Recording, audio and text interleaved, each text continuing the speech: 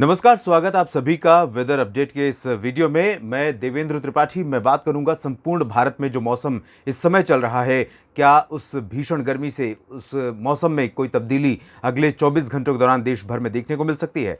वर्तमान स्थितियां अगर हम मौसमी सिस्टमों की देखें इस सैटेलाइट तस्वीर में, तो यहाँ पर उत्तर भारत में पंजाब के ऊपर एक सर्कुलेशन बना हुआ है, लेकिन ये सिस्टम वेदर कंडीशन को चेंज करने में बहुत प्रभावी नहीं है और इसी वजह से पश्चिमी तथा उत्तर पश्चिमी दिशा की जो हवाएं आ रही हैं पाकिस्तान की तरफ से, राजस्थान से लेकर हरियाणा, पंजाब और उत्तर प्रदेश तथा दिल्ली के ऊपर, गुजरात, मध्य प्रदेश, महाराष्ट्र के ऊपर इन हवाओं का बहुत व्यापक असर है। तापमान बहुत तेजी से ऊपर गया है और लगातार ऊपर बना हुआ है। दक्षिण भारत के क्षेत्रों में इस समय मौसम काफी करवट ले रहा है। एक सिस्टम बंगाल की खाड़ी में अनुमान है कि 6 अप्रैल को डेवलप होगा और वही सिस्टम अगले कुछ ही दिनों में साइक्लोनिक स्टॉर्म बनेगा और काफी ज्यादा इंपैक्ट डाल सकता है ये भारत के तमाम राज्यों के मौसम पर। और जिन भागों में लैंडफॉल करेगा वहां पर तबाही तो होगी ही, जिसमें संभावना अभी फिलहाल इनिशियल जो इंडिकेशन है मॉडल्स के, वो तमिलनाडु की तरफ इसके लैंडफॉल की ओर इशारा कर रहे हैं। पूर्वोत्तर भारत में लगातार बारिश की गतिविधियां बनी हुई हैं और ये गतिविधियां यहां पर लगातार जारी रहेंगी, क्योंकि बंगाल की खाड़ी के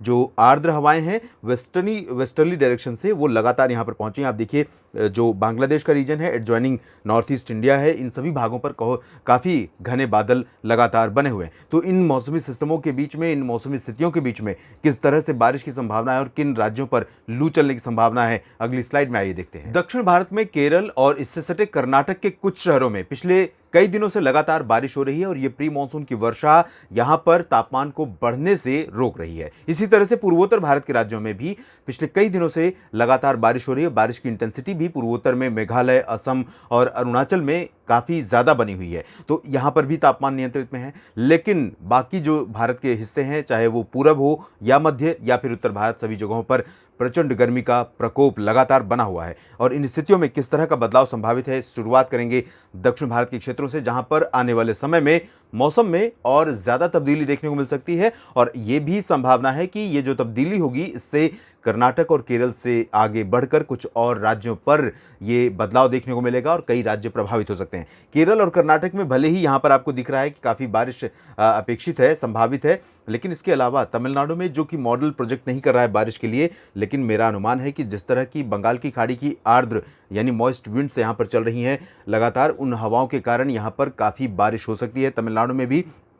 और कुछ इलाकों में घने बादल छा सकते हैं, लेकिन तमिलनाडु में फिलहाल लाइट रेन होने की संभावना है, इससे ज़्यादा बारिश के आसार यहाँ पर नहीं है। इसके अलावा कर्नाटक का जो उत्तरी आंतरिक इलाका है, दक्षिणी आंतरिक इलाका है, इसमें आप देखिए चित्रदुर्गा और साथ ही साथ गडक तक भी बादल यहाँ पर दिखाई देने लगे हैं और इसके बारे में प्रोजेक्शन पहले से ही था कि इस तरह की बारिश यहाँ पर कर्नाटक में यानी साउथ इंडिया के कुछ और भागों में हमें देखने को मिल सकती है। इस मॉडल में अगर आप देखें तो यहाँ तेलंगाना और adjoining north coastal Andhra Pradesh, इन भागों पर भी मौसम काफ़ी सक्रिय हो रहा है और बंगाल की खाड़ी की आर्द्र हवाओं का ही प्रभाव है कि यहाँ पर भी बारिश होने की संभावनाएं बन रही हैं। विशाखापट्टनम और कलिंगापट्टनम समेत जो उत्तरी आंध्र प्रदेश का तटवर्ती हिस्सा है, इन भागों में कुछ स्थानों पर काफ़ी ठीक ठाक बारिश हो सकती है। तेलंगाना के खम्मम और एडजॉइनिंग जो पूर्वी शहर हैं, इन भागों में कई जगहों पर बारिश हो सकती है। रायलसीमा जो है, अनंतपुर और एडजॉइनिंग हिस्सा, साथ ही साथ नेल्लोर, श्रीहरिकोटा का साउथ कोस्टल आंध्र प्रदेश का, इन भागों में ज़्यादा बारिश की संभावना फिलहाल नहीं है। पुदुचेरी में लाइट रेन हो सकती है। लक्षद्वीप में कुछ स्थानों पर वर्षा होने की संभावना है। इसके अलावा साउथ पेनिनसुलर रीजन से ही जुड़ा हुआ अगर हम बात करें अंडमान व निकोबार द्वीप समूह की बात करें तो यहाँ पर भी कई इलाकों में व्यापक वर्षा होने की संभावना है। और बारिश की इंटेंसिटी जिस तरह से यहाँ पर बढ़ रही है और जिस तरह की इस समय समुद्र में हलचल है, बे ऑफ बंगाल के साउथ ईस्टर्न पार्ट्स में और इक्वेटर के पास यानी भूमध्य रेखा के पास, भारत के सीधे नीचे, इन भागों में बढ़ती हलचल ही इंडिकेट कर रही है। और साथ ही साथ समुद्र की जो कंडीशन है, सी सरफेस टेम्परेचर और vertical wind shear, atmospheric condition, इन सभी के आधार पर यह अनुमान है कि यहाँ पर लो प्रेशर सिस्टम 6 अप्रैल और 7 अप्रैल के बीच में डेवलप होगा और वही इंटेंसिफाई होकर वेलमार्क लो, डिप्रेशन, डीप डिप्रेशन और उसके बाद फिर साइक्लोनिक स्टॉर्म बनेगा। अभी इसके ट्रैक को लेकर थोड़ा सा असमंजस है। अनुमान यही है कि ये उत्तरी तमिलनाडु और एडजॉइनिंग पार्ट्स की तरफ लैंडफॉल करेगा, लेकिन अभी ट्रैक के बारे में हम बाद में अपडेट करेंगे। मध्य भारत की तरफ देखें, यहाँ पर ओडिशा, छत्तीसगढ़ के दक्षिणी हिस्सों पर पहले से ही आर्द्र हवाओं का फ्लो बनने लगा है और ये फ्लो आने वाले कुछ दिनों के दौरान और बढ़ सकता है, क्योंकि जब ये सिस्टम बंगाल की खाड़ी में बनेगा तब बंगाल की खाड़ी से हवाओं को और पुश करेगा और ये हवाएं सीधे इन भागों को प्रभावित करना शुरू करेंगी। अभी भी कर रही हैं, लेकिन आने वाले दिनों में थोड़ा सा इनका प्रभाव और बढ़ जाएगा। तो दक्षिणी ओडिशा, दक्षिणी छत्तीसगढ़, एडजॉइनिंग जो महाराष्ट्र का विदर्भ रीजन है, इन भागों में कहीं कहीं पर हल्की वर्षा हो सकती है। बाकी मराठवाड़ा, मध्य महाराष्ट्र और उत्तरी कोंकण गोवा में पूरा का पूरा रीजन ड्राई रहेगा। हालांकि साउथ इंडिया में जब बदलाव हुआ है तो गोवा प्रभावित हो रहा है, और गोवा के साथ साथ साउथ कोंकण गोवा का रीजन रत्नागिरी और सिंधुदुर्ग भी प्रभावित होगा अगले 24 घंटों में। महाराष्ट्र के इन दक्षिणी कोंकण गोवा के शहरों में और साथ ही दक्षिणी मध्य महाराष्ट्र के यानी पुणे के नीचे के जो शहर हैं, सांगली, सतारा, कोल्हापुर, सोलापुर, इन भागों में कुछ जगहों पर वर्षा हो सकती है। बाकी महाराष्ट्र ड्राई रहेगा। मध्य प्रदेश और उत्तरी छत्तीसगढ़, उत्तरी ओडिशा, गुजरात के लगभग सभी शहर ड्राई रहेंगे, बेहद गर्म रहेंगे। गुजरात में और महाराष्ट्र के तथा पश्चिमी मध्य प्रदेश के इन हिस्सों में, ये जो रीजन है, इन भागों में बंगाल की जो अरब सागर से आ रही थी हवाएं अब सीधे पाकिस्तान के दक्षिणी भागों से यानी बलूचिस्तान और सिंध की तरफ से होकर आ रही हैं, जो ऑलरेडी गर्म है, और यहाँ पर टेम्परेचर ऑलरेडी ज़्यादा है। तो दोनों कॉम्बिनेशन इतना ज़्यादा डेडली हो रहा है कि ये बहुत घातक हो रहा है, और इसी वजह से टेम्परेचर 44 और 45 डिग्री सेल्सियस गुजरात, राजस्थान, मध्य प्रदेश और महाराष्ट्र के कुछ इलाकों में पहुँचने लगा है। उत्तर भारत की तरफ चलते हैं। यहाँ राजस्थान की क्षेत्रों की बात करें, राजस्थान में जैसा कि मैंने बताया कि यहाँ पर टेम्परेचर और हीटअप करेगा। चूरू, गंगानगर, हनुमानगढ़, जैसलमेर, अजमेर, बाड़मेर, जोधपुर, उदयपुर से लेकर कोटा, माउंट आबू, सवाई माधोपुर, अलवर, जयपुर, इन सभी क्षेत्रों में तापमान में बढ़ोतरी आने वाले 2-3 दिनों के दौरान देखने को मिलेगी। गर्मी का प्रकोप इस तरह रहेगा।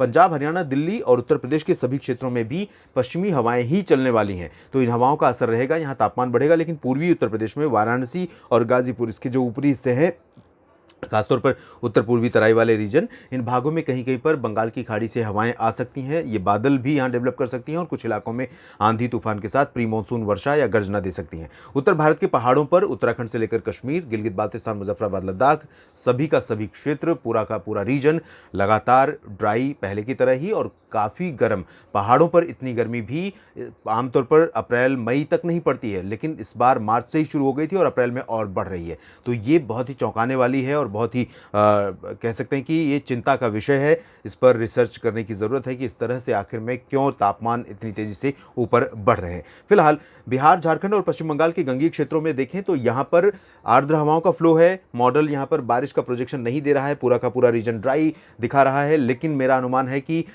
ये जो गंगीय पश्चिम बंगाल है, जिसमें कोलकाता से लेकर ये पूरा का पूरा हिस्सा है, और देवघर, दुमका, डाल्टनगंज, रांची, जमशेदपुर समेत झारखंड के सभी शहर शामिल हैं, और साथ ही साथ बिहार के अधिकांश इलाके, भागलपुर, गया, पटना और किशनगंज, पूर्णिया, अररिया, सुपौल का ये जो हिस्सा है, इन सभी क्षेत्रों में भी आर्द्र हवाओं का प्रभाव रहने के कारण कुछ इलाके बारिश यहाँ पर देख सकते हैं, बारिश एक्सपीरियंस कर सकते हैं, प्री मानसून की वर्षा। और आने वाले समय में ये वो वाला रीजन है जहाँ पर काल बैसाखी यानी नॉर्वेस्टर का प्रकोप, नॉर्वेस्टर का प्रभाव देखने को मिलेगा। फिलहाल पूर्वोत्तर भारत के क्षेत्रों की तरफ देखिए, यहाँ गंगेय पश्चिम बंगाल और साथ ही उप हिमालय पश्चिम बंगाल, साथ ही सिक्किम और पूर्वोत्तर के सभी हिस्सों में, अरुणाचल, असम, मेघालय, नागालैंड, इन सभी भागों में कई स्थानों पर मध्यम से भारी वर्षा हो सकती है।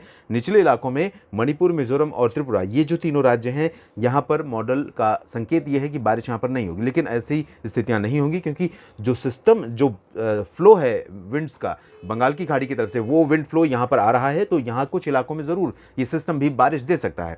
तो रूल आउट नहीं कर सकते हैं लाइट टू मॉडरेट रेन के लिए, लेकिन सबसे ज़्यादा बारिश अरुणाचल और असम में एक्सपेक्टेड है। इस वीडियो में फिलहाल इतना ही। आप जुड़े रहिएगा, लगातार हम आपको अपडेट करते रहेंगे मौसम के बारे में। धन्यवाद।